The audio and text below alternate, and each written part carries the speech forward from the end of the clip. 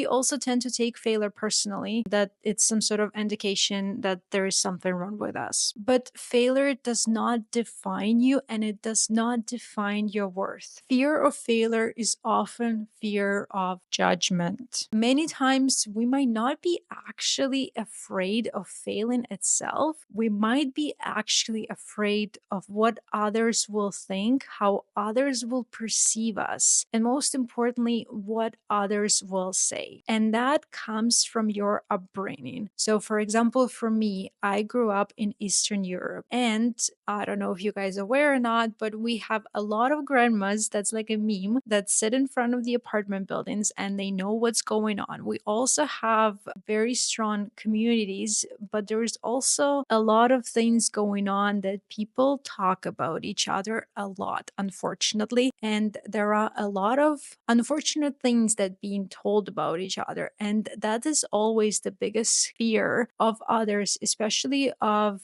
for example, for myself, is my parents and grandparents. When I was growing up, I would always hear, it's like, oh my God, what others will think. Oh my God, what others will say about this event. So it was so much pressure put on you to not disappoint your parents, but also to keep that playing at the same level, so to speak. So you would kind of stay on the same level and ultimately wouldn't get worse. But it also ties to the same thing as if you're successful, you're also, some people also hide that because, oh my God, others will judge, others will think about maybe some bad ways on how you achieved that success, because that's what automatically everybody assumes. But that's probably a topic for next time as to why we can also be afraid of success deep inside. So I want you to shift that. And if you're struggling with that, like I am actually struggling with that, I want you to journal on that as much as possible. Just do a brain dump. As long as you're aware of it, that's when you start